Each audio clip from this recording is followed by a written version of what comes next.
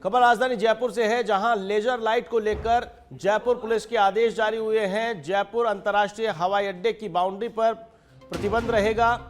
5 kilometre की परिधि में लेजर लाइट्स पर बैन लगाया गया है। किसी अन्य प्रकाश ऑब्जेक्ट्स का उपयोग पूर्णतः प्रतिबंधित रहेगा। 5 किलोमीटर के दायरे में ये लेजर लाइट्स पर बैन लगाया गया है। बड़ी खबर राजधानी जयपुर से, किसी अन्य प्रकाश ऑब्जेक्ट्स का उपयोग पूर्णतः प्रतिबंधित रहेगा। ADCP law and order doctor Rajiv Pachar ने आदेश जारी किए हैं। जयपुर एयरपोर्ट के पास 5 किलोमीटर की परिधि में लेजर लाइट को लेकर जयपुर पुलिस ने स्पेशल आदेश जारी किए हैं। जयपुर अंतर्राष्ट्रीय एयरपोर्ट की बाउंड्री के पास प्रतिबंध रहेगा। 5 किलोमीटर की परिधि में लेजर लाइट्स पर बैन रहेगा। इस खबर पर अधिक अपडेट के लिए मेरे साथ फोन लाइन पर मौजूद है हमारे संवाददाता राकेश दाधीच। राकेश, जयपुर एयरपोर्ट के पास प्रतिबंध लगाया गया है लेजर लाइट्स पर, क्या अपडेट? देखिए, एयरपोर्ट के आसपास स्थित विवाह स्थलों, होटलों एवं अन्य कार्यक्रम स्थलों पर विभिन्न जो कार्यक्रम आयोजित किए जाते हैं, इस दौरान लेजर लाइट्स और अन्य जो प्रकाश और ऑब्जेक्ट है उनका प्रयोग किया जाता है, जिससे आसमान में काफी दूरी पर प्रकाश होती है, जिससे जो प्लेन है उनको दिक्कत होती है। इसी को मद्देनजर रखते हुए जो अतिरिक्त पुलिस कमिश्नर कानून व्यवस्था है डॉक्टर राजीव पचार, उन्होंने ये आदेश पारित किया है कि जो एयरपोर्ट का एरिया है उससे 5 किलोमीटर की दूरी पर किसी भी तरह की जो लेजर लाइट है वो प्रयोग में नहीं लाई जाए। इसके लिए ये आदेश पारित किया गया है। राकेश, क्या यहाँ पर जो होटल है, व्यावसायिक प्रतिष्ठान है, जिनसे संभावना है कि लेजर लाइट की वहां पर इवेंट्स में उपयोग किया जाता है, क्या उन्हें भी पाबंद किया गया है? बिल्कुल, होटलों को पूर्व में भी लिखा गया था कि इस तरह से जो लेजर लाइट का उपयोग किया जा रहा है जो समारोह में, उसको ना किया जाए। इसके लिए पुलिस जो आयुक्तालय है उसकी तरफ से भी एक लेटर लिखा गया था और होटल प्रबंधकों को पाबंद किया गया था। लेकिन आज ये ऑर्डर निकालकर पूर्णतः प्रतिबंध लगाया गया है। अगर कोई इस ऑर्डर का उल्लंघन करेगा तो उसके खिलाफ विधिक कार्रवाई की जाएगी। राकेश, क्या ये फैसला किया गया है एयरपोर्ट अथॉरिटी की शिकायत के बाद? क्या ऑपरेशन में दिक्कत हो रही थी टेक ऑफ लैंडिंग में प्लेन्स के में, जिसके बाद ये फैसला लिया गया है? देखिए, एयरपोर्ट की तरफ से भी ये शिकायत थी और जो पुलिस अधिकारी थे वो भी इस जो मद्देनजर जो शिकायत हुई थी उसको अमली जामा पहनाया गया है। साथ ही एक सबसे बड़ी एक अपडेट दे दूं, क्योंकि ब्रिक्स सम्मेलन चल रहा है तो कई देशों के गणमान्य व्यक्ति जयपुर पहुंचे हैं और आने वाले हैं। 2 दिन का ये पूरा यहाँ जमघट रहेगा वीआईपीओ का, तो इसको मद्देनजर रखते हुए भी ये जो ऑर्डर है वो आज की तारीख में जारी किया गया है। चलिए, तमाम जानकारी के लिए बहुत बहुत शुक्रिया। तो ये थे हमारे संवाददाता राकेश दाधी, जिन्होंने बताया कि आज से ही ये आदेश लागू कर दिए गए हैं। लेजर लाइट्स पर एयरपोर्ट के आसपास के 5 किलोमीटर के एरिया में प्रतिबंध लगा दिया गया है। ADCP law and order Rajiv Pachar ने ये आदेश जारी किए हैं।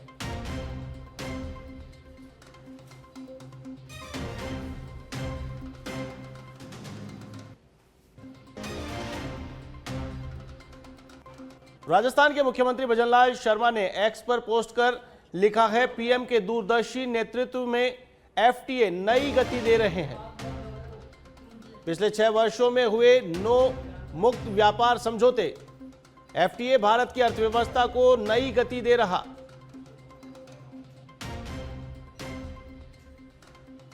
एफटीए भारत की अर्थव्यवस्था को नई गति दे रहे। नए समझौतों से राजस्थान को वैश्विक बाजारों में नए अवसर मिले। राजस्थान के हस्तशिल्प, हथकरघा, आभूषण, प्राकृतिक पत्थर, कृषि एवं खाद्य उत्पादों को वैश्विक बाजारों में नए अवसर मिलेंगे। किसानों, कारीगरों, उद्यमियों, एमएसएमई, निर्यातकों को पहुंच मिलेगी। अंतर्राष्ट्रीय बाजार तक बेहतर पहुंच मिलेगी। सीएम भजनलाल शर्मा ने एक्स पर लिखा, निवेश, रोजगार और निर्यात को नई मजबूती मिलेगी। लोकल से ग्लोबल की यह यात्रा सशक्त बनाएगी। विकसित भारत, विकसित राजस्थान के संकल्प को और सशक्त बनाएगी।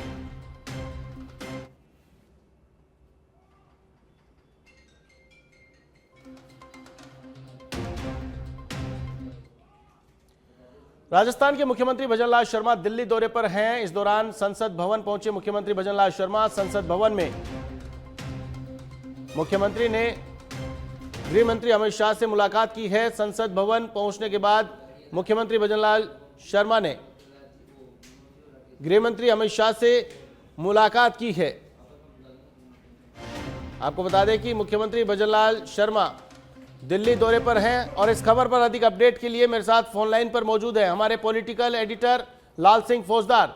लाल सिंह, मुख्यमंत्री दिल्ली दौरे पर हैं, गृह मंत्री अमित शाह से मुलाकात हुई है, अन्य मंत्रियों से मुलाकात का कार्यक्रम है, क्या अपडेट?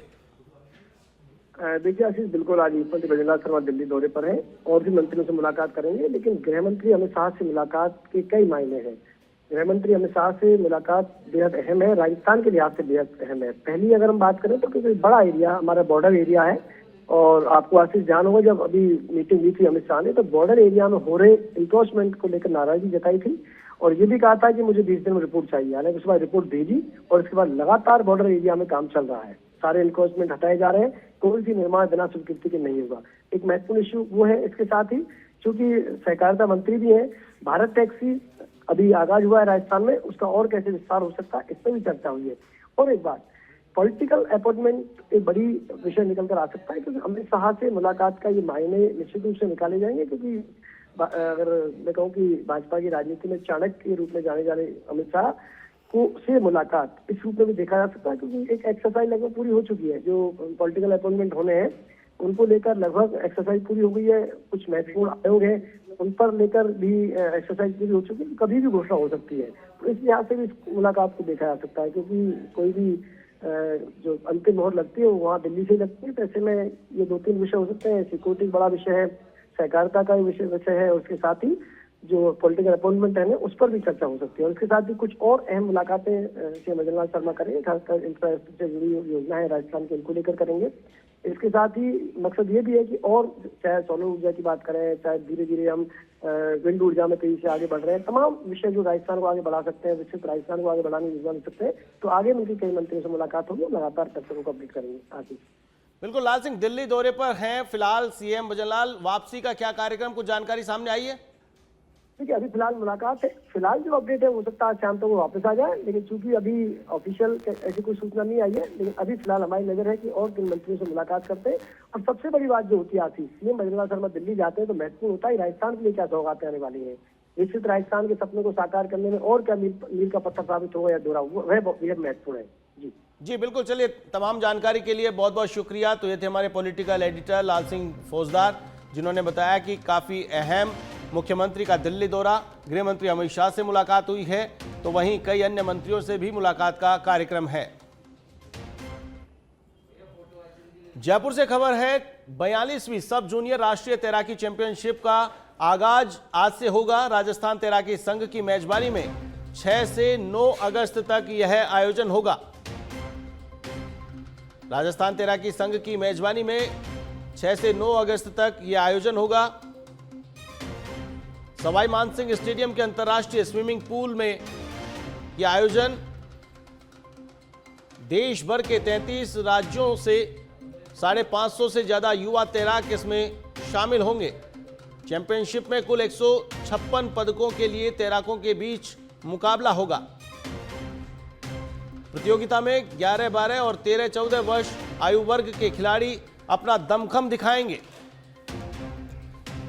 स्विमिंग चैंपियनशिप में free style, back stroke, breast stroke, butterfly और रिले स्पर्धाएं होंगी। राजस्थान के 8 तैराक 17 अलग अलग स्पर्धाओं में प्रदेश की तरफ से चुनौती पेश करेंगे।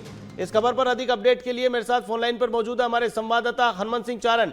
हनुमंत, तैराकी प्रतियोगिता बड़े मायने, क्या अपडेट? बिल्कुल, जयपुर को 16 साल बाद ये राष्ट्रीय तैराकी प्रतियोगिता है, इसकी मेजबानी होगी और 4 दिन में जो है 156 जो पदक है इसमें खिलाड़ी अपना दाम लगाएंगे। और ये सब जूनियर नेशनल तैराकी प्रतियोगिता जिसका आज से आगाज हुआ है और इस प्रतियोगिता के अंदर जो है 12 जो पहले ही दिन जो है 12 पदकों के लिए जो है खिलाड़ी मैदान में होंगे। इस राजस्थान में 16 साल बाद इस मेजबानी जयपुर के सवाई मानसिंह स्टेडियम में अंतर्राष्ट्रीय स्विमिंग पूल में इस प्रतियोगिता का आयोजन होने जा रहा है। और 42वीं सब जूनियर राष्ट्रीय प्रतियोगिता का चैंपियनशिप है और इसमें करीब 33 राज्यों, केंद्र शासित प्रदेशों के 500 से अधिक तैराक जो है यहाँ पर भाग ले रहे हैं और 52 स्वर्ण सहित कुल 156 पदक के लिए यहाँ पर प्रतिस्पर्धा रहेगी और खिलाड़ी यहाँ पर सभी स्टेट के यहाँ पर पहुंच चुके हैं और इन खिलाड़ियों के बीच में कड़ा मुकाबला देखने को मिल रहा है। खासतौर से राजस्थान की बात की जाए तो राजस्थान के 8 तैराक जो है 17 तरह की जो प्रतिस्पर्धा है उसमें भाग लेंगे, जिसमें खासतौर से प्रतीक पुरिया और अमन समोता, हरदय भोजवानी सहित कई खिलाड़ी है जिन पर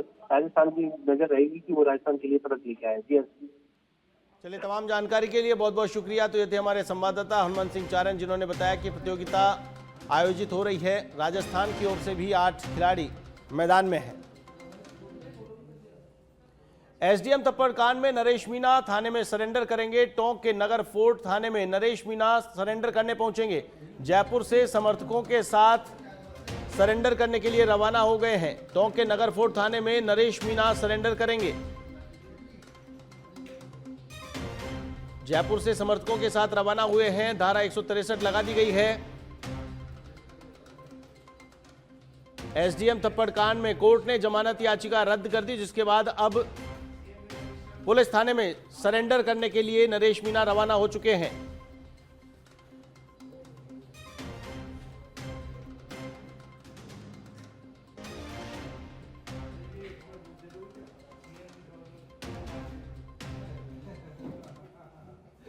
नागौर जिले के मेड़ता सिटी में राजस्थान राज्य विधिक सेवा प्राधिकरण के निर्देश पर बाल वाहिनियों और यात्री बसों का औचक निरीक्षण किया गया है। जिला विधिक सेवा प्राधिकरण के सचिव संजय कुमार मालविया ने बाल वाहिनियों में बच्चों की सुरक्षा व्यवस्था, क्षमता, प्राथमिक उपचार किट, अग्निशमन यंत्र और वाहन दस्तावेजों की जांच की। नियमों का उल्लंघन मिलने पर 3 बाल वाहिनियों के चालान किए गए हैं और संचालकों को सुरक्षा मानकों का पालन करने के निर्देश दिए गए हैं। इसके बाद परिवहन विभाग के साथ लग्जरी और स्लीपर बसों का निरीक्षण भी किया गया, जिसमें परमिट, फिटनेस और सुरक्षा मानकों में अनियमितता मिलने पर 2 बसों के खिलाफ नियमानुसार कार्रवाई की गई है।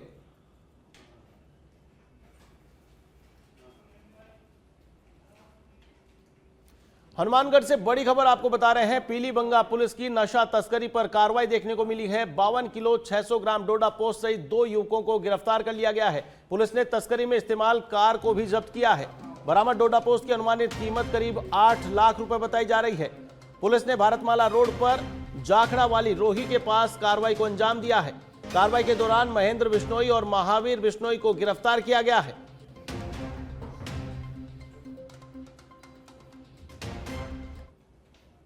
जिला पुलिस अधीक्षक हनुमानगढ़ के द्वारा चलाए जा रहे ऑपरेशन चक्रव्यूह के तहत आज पुलिस थाना पीलीबंगा और डीएससी ने कार्रवाई करते हुए भारतमाला रोड पर गश्त के दौरान 52 किलो 600 ग्राम डोडा पोस्ट को जब्त कर 2 तस्करों को गिरफ्तार किया है और उनके पोजीशन से एक गाड़ी भी जो इस डोडा पोस्ट की तस्करी में परिवहन में प्रयुक्त हो रही थी वो जब्त कर प्रकरण दर्ज किया गया है और प्रकरण का इन्वेस्टिगेशन अभी जो है गोलूवाला जो इंस्पेक्टर है SHO उनके द्वारा किया जा रहा है। खबर राजधानी जयपुर से है। अवैध हथियारों की रोकथाम को लेकर कार्रवाई की गई है। डीएसटी साउथ टीम ने मुहाना थाना क्षेत्र में कार्रवाई की है। डीसीपी साउथ राजश्री राज के निर्देश पर यह कार्रवाई की गई है। अवैध देसी कट्टा के साथ आरोपी गौरव चौधरी को गिरफ्तार किया गया है। हेड कांस्टेबल हंसराज और अभय कुमार ने इस कार्रवाई को अंजाम दिया है। डीसीपी साउथ राजश्री राज के निर्देश पर कार्रवाई की गई है। अवैध देसी कट्टे के साथ आरोपी गौरव चौधरी को गिरफ्तार किया गया है। हेड कांस्टेबल हंसराज और अभय कुमार ने कार्रवाई को अंजाम दिया है। झुंझुनू जिले की नयासर ग्राम पंचायत में जिला प्रशासन की ओर से आयोजित रात्रि चौपाल में ग्रामीणों ने क्षेत्र की विभिन्न समस्याओं को लेकर प्रशासन के सामने अपनी मांगे रखी हैं। जहां अतिरिक्त जिला कलेक्टर अजय कुमार आर्य और विभिन्न विभागों के अधिकारियों ने लोगों की समस्याएं सुनी और कई मामलों में मौके पर ही आवश्यक दिशा निर्देश दिए। तो वहीं इस दौरान ग्रामीणों ने जल भराव की स्थायी समस्या के समाधान, सार्वजनिक चौक में नए ट्यूबवेल की स्थापना, आबादी क्षेत्र का विस्तार कर आवासीय पट्टे जारी करने और राष्ट्रीय राजमार्ग 11 पर नयासर को झुंझुनू से जोड़ने वाली सड़क पर अंडरपास या फ्लाईओवर निर्माण की मांग की है। तो वहीं एडीएम ने सभी मांगों का प्राथमिकता के आधार पर परीक्षण कराकर संबंधित विभागों को आवश्यक कार्रवाई के निर्देश देने का भरोसा दिया है।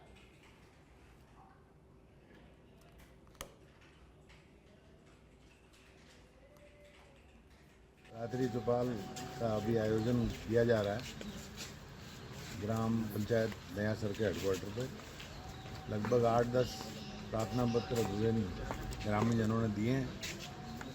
अलग अलग विभागों से संबंधित थे, उन्हें निर्देशित किया है कि निर्धारित समय में इस समस्या का समाधान करें। झुंझुनू से बड़ी खबर बता रहे हैं। नवलगढ़ में वकीलों पर हमले का विरोध किया गया है, कार्य बहिष्कार किया गया है। आरोपियों की गिरफ्तारी की मांग को लेकर वकीलों का धरना प्रदर्शन जारी है। वकीलों ने कहा गिरफ्तारी तक आंदोलन जारी रहेगा। नवलगढ़ में वकील पर हमले के विरोध में कार्य बहिष्कार किया गया है। आरोपियों की गिरफ्तारी की मांग को लेकर वकीलों का धरना प्रदर्शन जारी है।